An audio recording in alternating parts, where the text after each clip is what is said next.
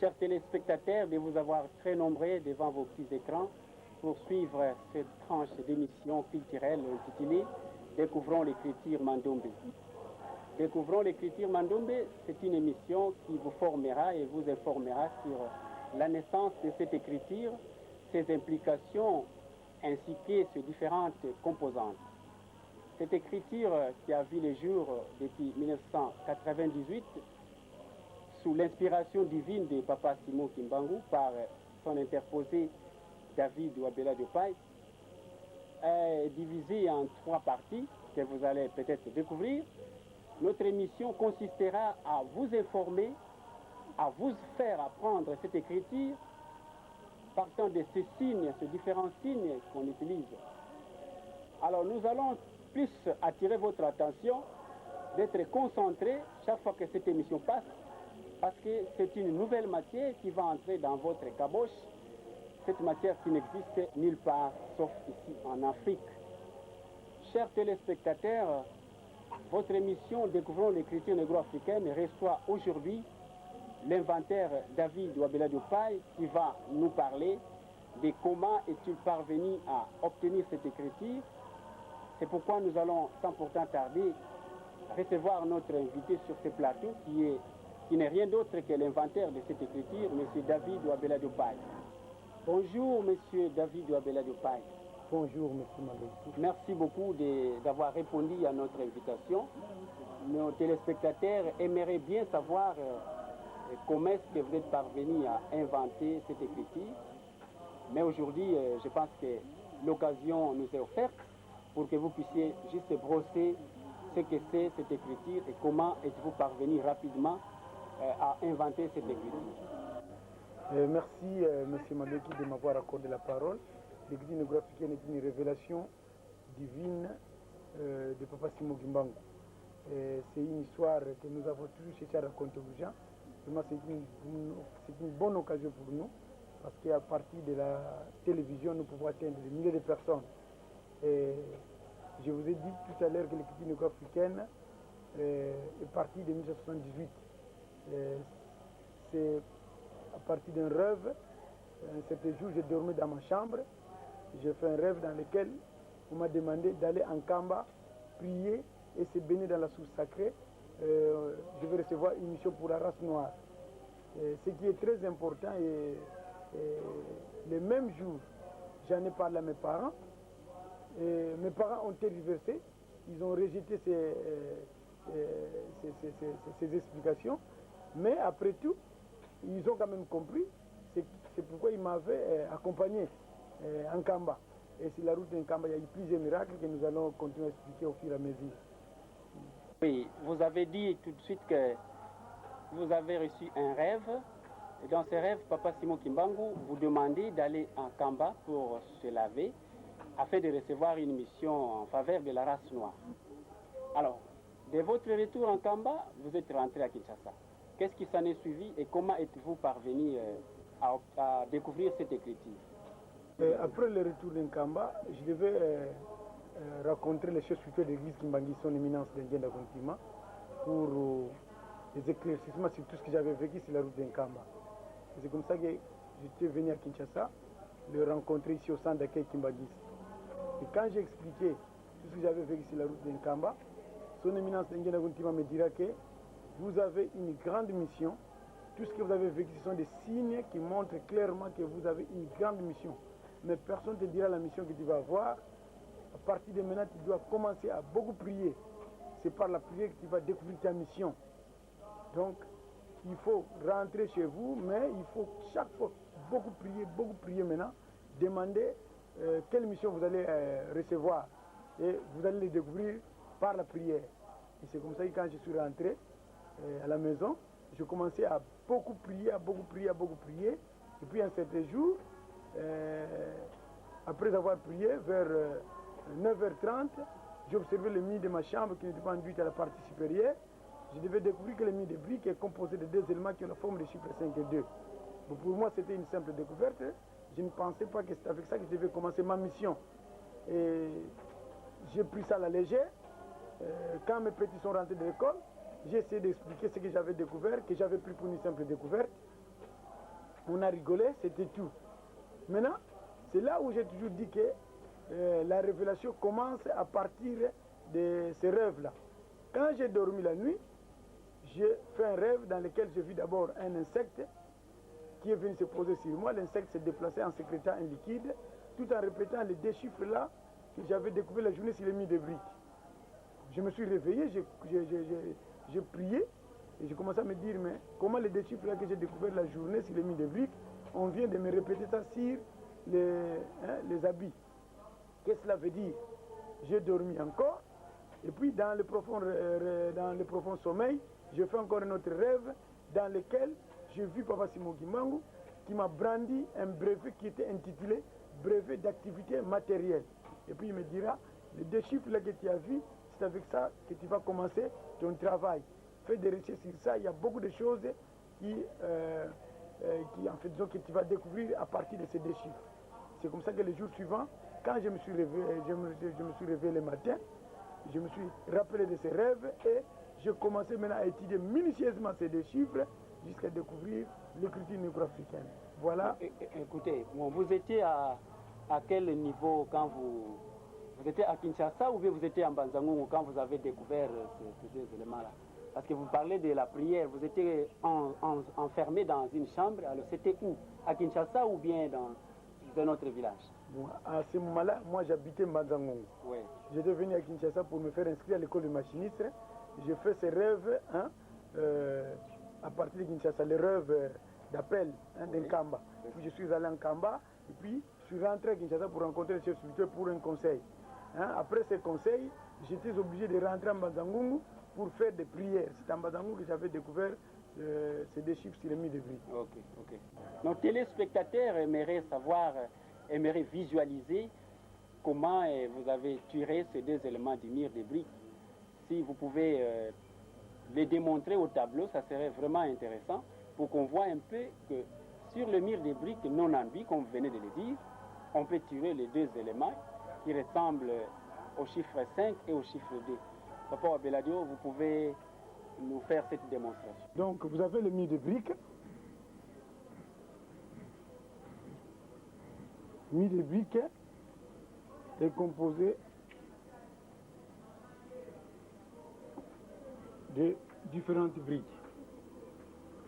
Alors, nous avons découvert en observant le mur de briques que le mur de briques est composé de deux éléments qui ont la forme des chiffres 5 et 2. Vous avez par exemple ici où nous avons renforcé le chiffre 5 et puis là vous avez le chiffre 2. Nous pouvons isoler les deux chiffres. Nous avons 5 là-bas, nous avons 2 là-bas. Nous reprenons encore en renforçant les lignes.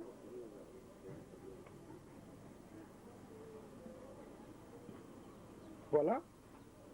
Donc, si on combine, nous avons 5, nous avons 2. Union 5, union 2. Union 5, union 2. 5, union 2. Ainsi de suite. 5, union 2. 5, union 2. Vous voyez? 5, union 2. 5, union 2. Voilà comment nous avons découvert les deux éléments sur le mur de briques.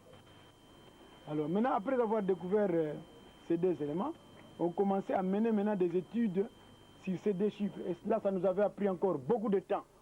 Mais au fur et à mesure, on avançait jusqu'à découvrir tous les éléments nécessaires qui ont donné naissance à la graphie de l'écriture négro-africaine. Voilà un peu l'historique de cette écriture à partir des murs de briques.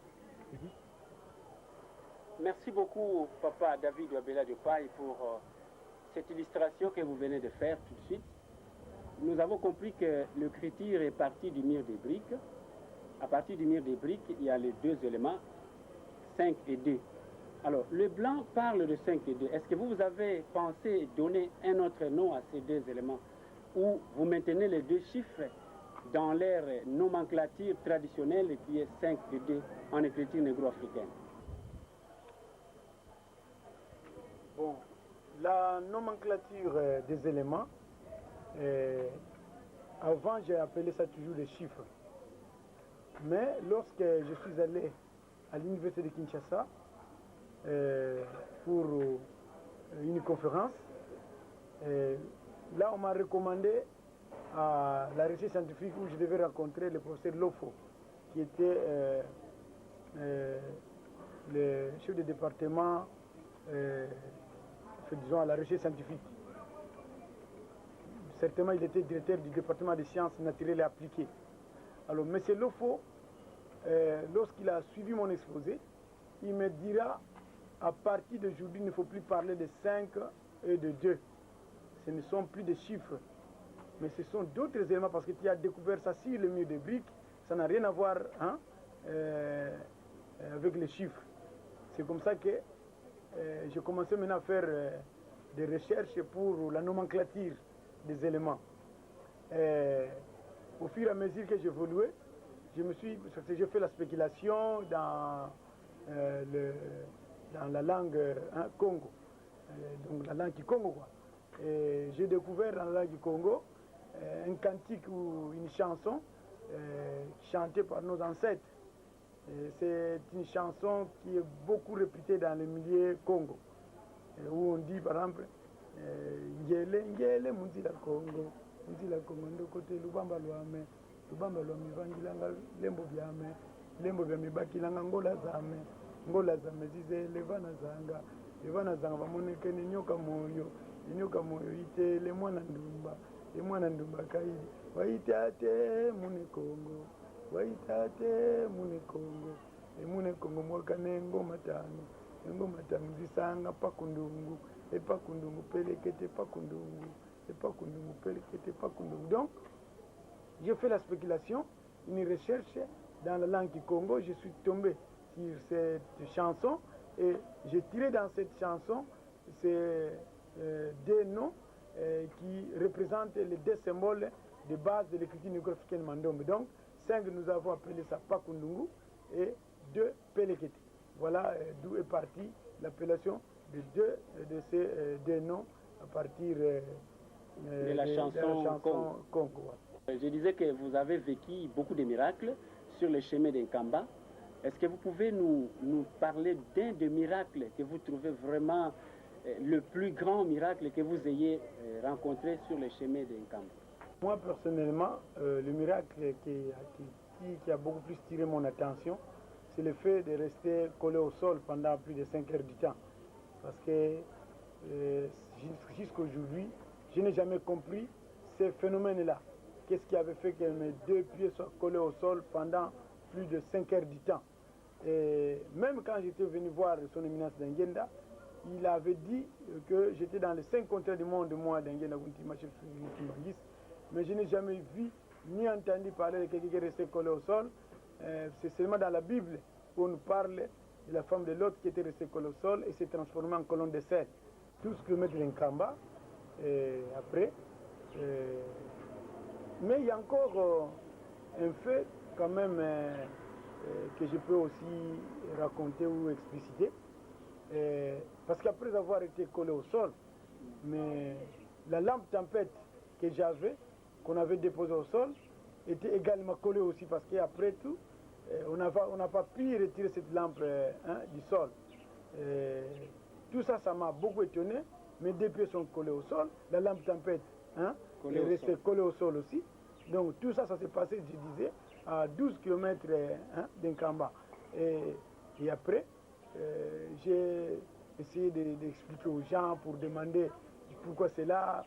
Jusqu'à présent, les gens n'arrivent pas à comprendre quel est ce phénomène qui a fait que quelqu'un soit collé au sol. Donc il y a quel rapport entre... parce que pour un fer, on comprend l'aimant. C'est un fer qui d'habitude se colle au fer. Mais quel rapport y a-t-il entre le corps de l'homme et la terre? Ce qui nous a beaucoup plus marqué. Donc moi personnellement. Excusez. Donc quand vous marchez, d'un coup vous avez senti que les jambes sont restées collées au sol, ou bien c'était... Non, c'est-à-dire j'ai d'abord senti un tremblement de terre. Je croyais même que c'était le début du séisme chez nous, au Congo ici. Bon, après tout, la terre a cessé de trembler. Et puis, soudain, je ne pouvais plus quitter le sol ni marcher. Et c'est comme ça que j'avais crié fort que je suis resté collé au sol. Donc voilà, c'est justement après le tremblement de terre que j'ai senti ce phénomène-là. Vous étiez seul quand vous êtes resté collé au sol ou vous étiez accompagné? Et puis, c'était à quel moment? C'était la nuit, les jours ou c'était comment? Parce qu'il pouvait quand même y avoir des gens qui pouvaient vous détacher du sol, M. David Wabella de Paille. Bon, j'ai été accompagné de mes cousins, Koda Mafouila et Mikel Mafouila. Ce sont les enfants de mon oncle. Et c'était la nuit, vers 23h. Donc voilà, c'est parce que nous tenons à arriver en Kamba cette nuit-là. C'est la raison pour laquelle on marchait nuitamment. Oui. Je vous ai suivi, M. David Wabella de Paille. Vous êtes resté collé au sol. C'était en compagnie de vos deux cousins, dont Mafouila, Mikiel et Mafouila, et tous, vous avez dit que ce sont les enfants de votre oncle.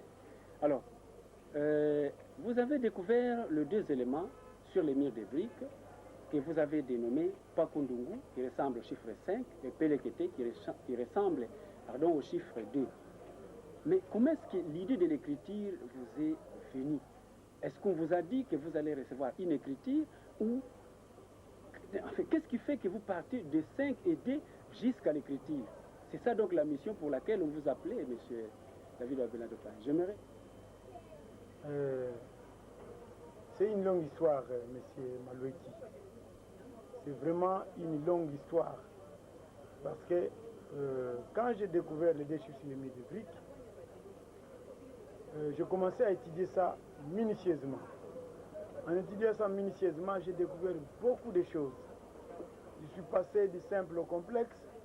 J'ai découvert les graphes pouvant qu'on peut combiner, qu'on combine, disons, à ces deux chiffres pour découvrir les différentes formes. J'ai commencé à découvrir beaucoup de choses. Et par après, je suis allé voir un professeur d'université, en Banzangungu, à l'ISP Banzangungu, professeur Luyindula. Je lui ai expliqué comment j'ai commencé à découvrir beaucoup de choses à partir de ces deux chiffres que je viens de découvrir sur les murs de briques. C'est ce professeur-là qui m'avait dit pour la première fois qu'il était en train de découvrir une écriture scientifique. Mais il faudra d'abord la faire protéger avant que tu expliques ça aux gens, sinon on risque de te voler la formule.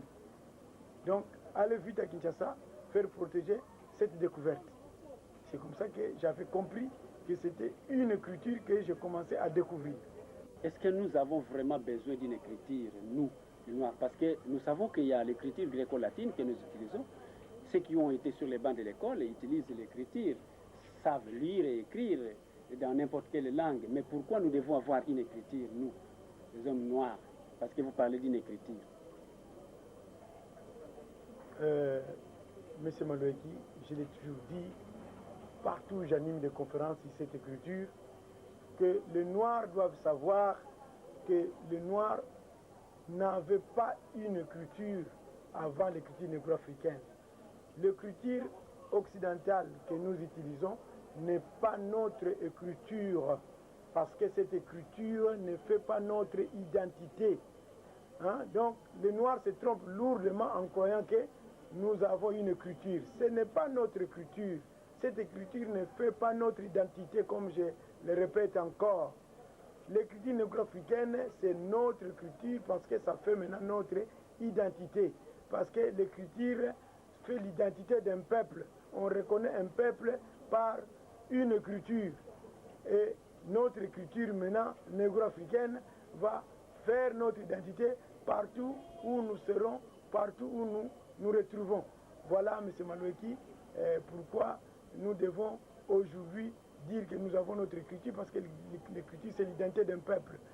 L'écriture négro-africaine va faire notre identité, tandis que l'écriture occidentale que nous utilisons ne fait pas notre identité parce que ce n'est pas notre écriture, c'est l'écriture occidentale. Oui, est-ce que c'est pour autant dire que nous ne pouvons plus utiliser cette écriture gréco-latine au profit de l'écriture négro-africaine?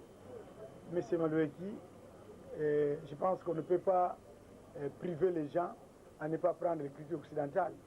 tout comme on ne peut pas priver les gens à ne pas apprendre l'écriture arabe. Hein? On ne peut pas aussi priver les gens à apprendre l'écriture hébraïque. Hein? Donc, les hommes sont libres. Hein? Les gens peuvent apprendre l'écriture occidentale, ils peuvent apprendre l'écriture arabe, ils peuvent apprendre l'écriture hébraïque, mais chaque peuple a son écriture. Les Arabes ont la leur, les Chinois ont leur écriture, les Japonais ont aussi leur écriture, les Hébreux ont leur écriture, les Russes ont la leur. Nous avons besoin d'un élément puissant, hein, pouvant cimenter notre identité, pouvant marquer notre identité. C'est l'écriture négro-africaine que nous présentons à la race noire, que les Noirs en général peuvent adopter s'ils peuvent le vouloir, parce que nous avons un espace, disons, un vide dans cette page-là des écritures. Donc, nous avons besoin d'un élément puissant, comme je viens de le dire, pour essayer un peu de présenter notre identité au monde.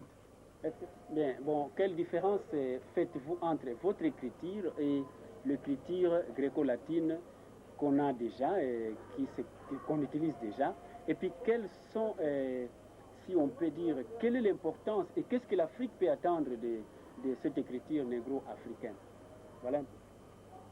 La différence est tout à fait claire parce que chaque peuple a sa langue. Hein? Nous avons nos langues en Afrique. Et les langues africaines, ce sont des langues monosyllabiques, tandis que les langues occidentales, pardon, je voulais dire, ce sont des langues consonantiques. Pour écrire les langues africaines, il fallait nécessairement une graphie spéciale adaptée aux langues africaines. Parce que l'écriture européenne ou occidentale, qui est une écriture consonantique, ne s'adapte pas aux réalités ou des langues africaines. Raison pour laquelle, jusqu'à aujourd'hui, beaucoup de langues en Afrique sont difficiles à écrire à partir de l'écriture occidentale. Mais à part l'écriture négro-africaine, nous arrivons à rattraper cette difficulté parce que nous pouvons écrire toutes les langues des africaines sans difficulté parce que l'écriture s'adapte aux réalités des langues africaines. Pour votre deuxième préoccupation, je pense que les Africains doivent d'abord se réjouir, hein, de l'écriture négro-africaine. Pourquoi? Parce que c'est une écriture qui a des implications dans le domaine de la science. Nous avons découvert plusieurs pistes, hein, dans les différents domaines, notamment dans la mécanique, l'art plastique, la physique, la géométrie, l'électricité, la mathématique, hein, l'architecture. Donc nous avons découvert beaucoup de choses dans la science. Et les Africains en général, même si vous ne voulez pas prendre ça pour écrire mais tu peux apprendre ça pour faire des recherches. Parce que nous avons beaucoup à découvrir, nous les Africains.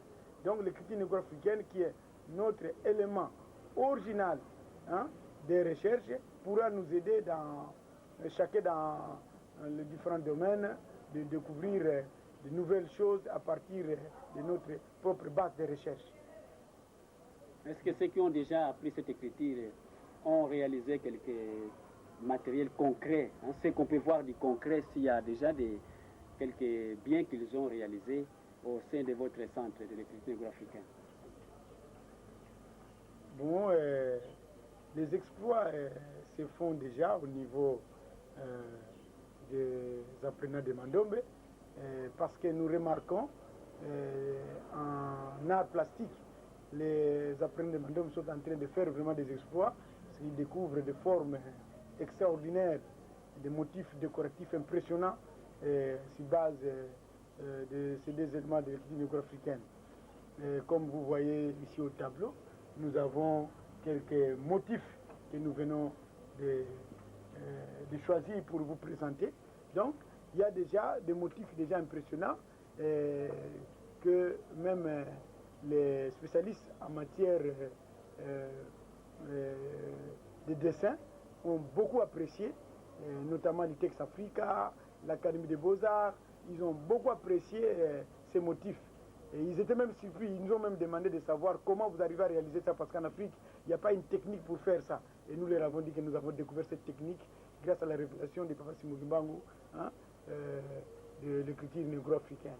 Donc voilà, Monsieur Maloueki, les exploits sont déjà là, mais ce sont les moyens plutôt qui font défaut, parce que si on avait des moyens, ces motifs pouvaient être imprimés par exemple dans des pagnes, hein, et les vendre. Oui. Mais nous n'avons pas de moyens, mais avec l'État, nous avons toujours cet espoir que nous allons trouver des moyens qui vont nous permettre de réaliser ces motifs, de les imprimer pour les mettre à la portée, par exemple, de nos mamans. Hein. Est-ce que vous avez déjà fait des propositions à l'ITEX Africa pour imprimer ces pannes? Parce que ce sont des beaux motifs quand même qu'on voit pour en faire des pannes, comme vous venez de le dire, authentiquement négro-africaines. Nous avons déjà été une fois là-bas, on est allé même faire une exposition là-bas, même leur directeur général était présent, il est venu voir avec ses dessinateurs tous nos motifs. D'ailleurs c'était pour moi étonnant, parce que nous on fait ça seulement en combinant les clés, en rattachant les unités les unes aux autres, sans pourtant se rendre compte des réalités de ces dessins. Mais lorsque nous sommes allés exposer, et là-bas, ils ont commencé à distinguer ces motifs, ils ont commencé à les séparer en les mettant suivant les catégories. Voilà. Ils ont parlé de murailles, des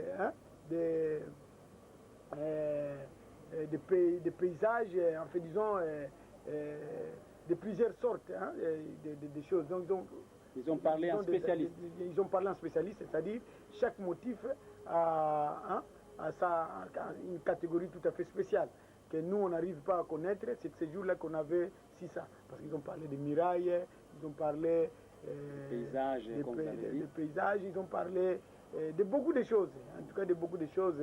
J'étais même surpris.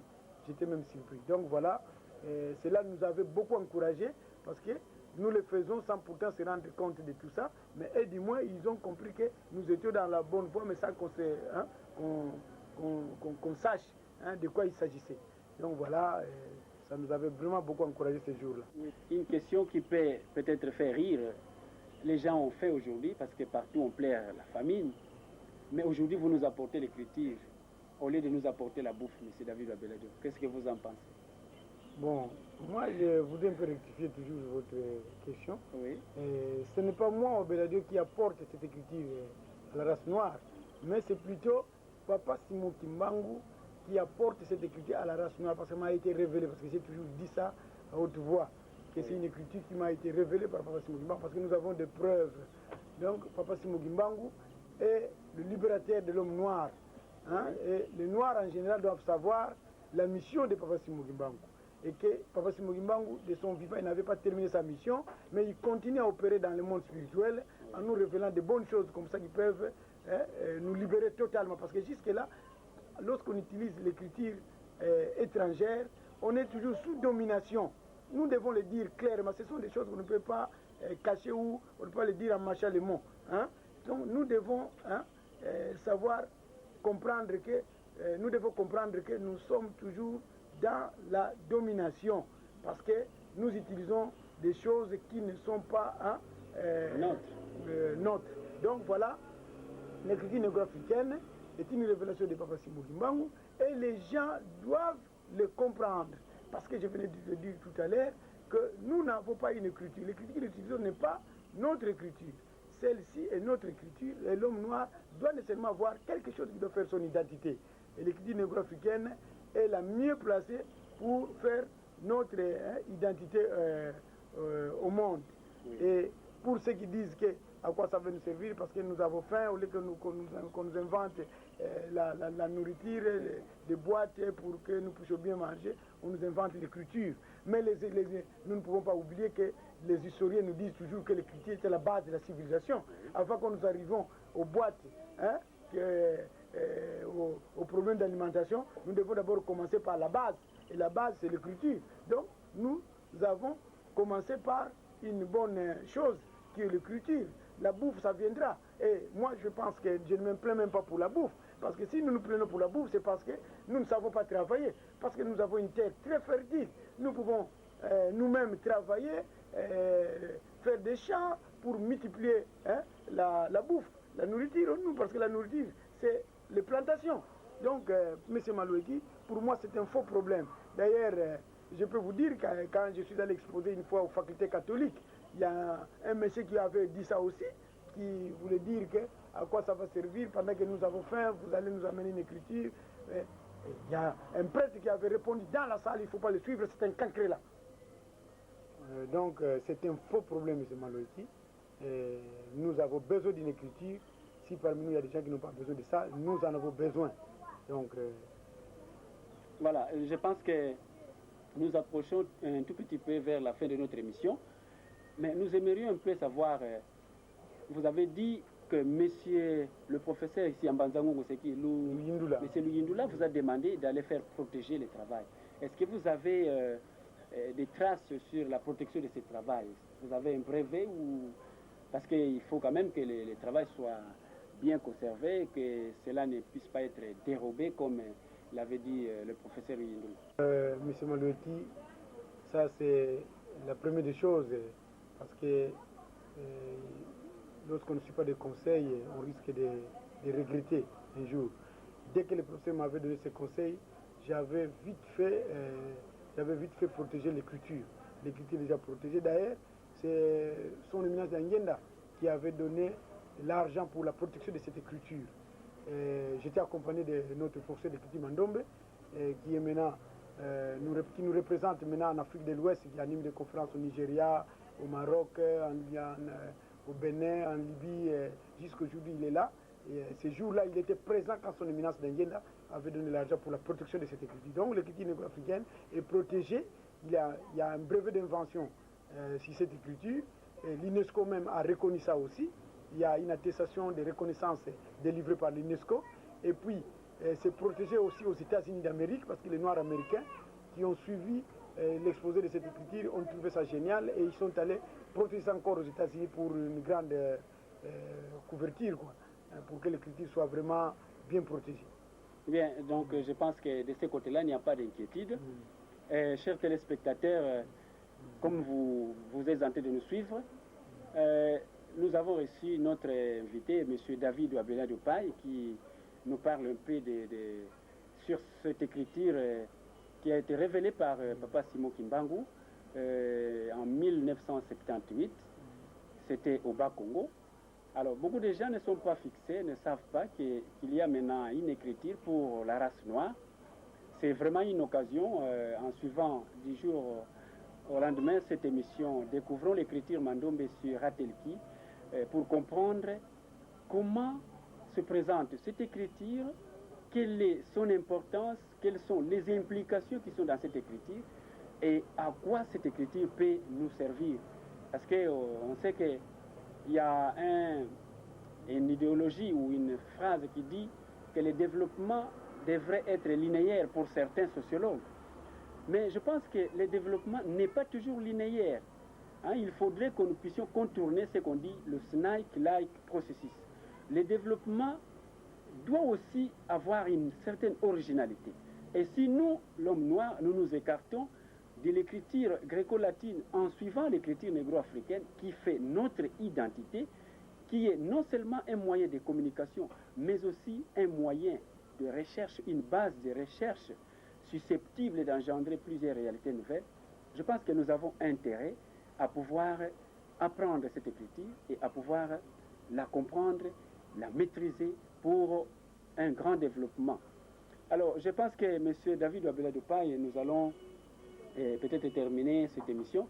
Je ne sais pas si vous avez un mot de la fin à donner aux téléspectateurs qui nous suivent chez eux pour fixer un peu les opinions. Voulez-vous? Oui, M. Maloueki, dans ce monde du troisième millénaire où nous assistons jour après jour à de multiples scènes, carnades de toutes les couleurs, meurtres, fabrication des armes sophistiquées, bien des terriens semblent oublier la notion des inventions, c'est-à-dire nobles, celles qui ont pour souci majeur de sauvegarder la vie humaine, d'assurer le progrès et le développement des conditions humaines. D'autres termes, nous voulons dire que le monde actuel se voit dominé par des conflits, des guerres, de toutes sortes de conflits de tout genre, qui incitent sans tergiversation aucune les hommes de science à se pencher plus sur des techniques négatives que sur des techniques positives. C'est-à-dire, aujourd'hui, en présentant cette technique, nous avons comme idée en quelque sorte de mettre à la disposition de l'homme noir un système graphique tout à fait scientifique pouvant les aider à découvrir des bases originales. Et cette écriture, je pense que dans l'avenir ne manquera pas à coup sûr de marquer en lettres d'or le nom de la race noire dans le Conseil des Nations techniquement développé, parce que ça a été confirmé, accepté par les différents professeurs d'université partout où nous passons. D'ailleurs, ces professeurs disent toujours que c'est une écriture incontournable, incontestable, convaincante, parce que ça a une dimension scientifique. Spectateurs, vous venez de suivre votre émission Découvrons l'écriture Mandombe. Nous avons reçu sur ce plateau M. David Ouabella Dupaï qui nous a parlé de son écriture révélée par Papa Simon Kimbangu. Alors, nous avons dit que l'écriture est partie de l'appel en songe. De cet appel, il est allé en Kamba se laver parce que la voix inconnue lui disait qu'il faut aller se baigner en Kamba en vue de recevoir une mission en faveur de la race noire. Ceci étant fait, il s'est baigné. Papa Dianguenda lui demanda de multiplier des séances de prière pour découvrir cette mission dont on ne cessait de lui parler en rêve. C'est comme cela que M. David Ouabella s'est enfermé 8 mois durant dans sa chambre et c'est comme cela qu'il découvrira sur les murs des briques non enduits le chiffre 5 et le chiffre 2 qu'il appelle Pakundungu et Pelekit. Vous allez reconnaître que l'écriture, c'est le miroir où se peigne toute la mentalité philosophique, économique et même politique. Ça, c'est une phrase de Tikaya Outansi, les Congolais de Brazzaville. Si nous sommes parvenus très merveilleusement chez vous, c'était grâce à l'ingéniosité technique de notre frère Amigo Boulouadio et la charmante Mamie Mambou qui était au niveau de la caméra. Nous ne pensons pas que nous puissions vous quitter sans vous remercier, vous qui avez disposé votre temps à nous suivre en ce moment précis parce que vous aviez beaucoup d'autres préoccupations à faire. La réalisation était bien l'œuvre de votre humble serviteur Tati Dibo Zabidi et la présentation de M. Simon Maloueki Matossir.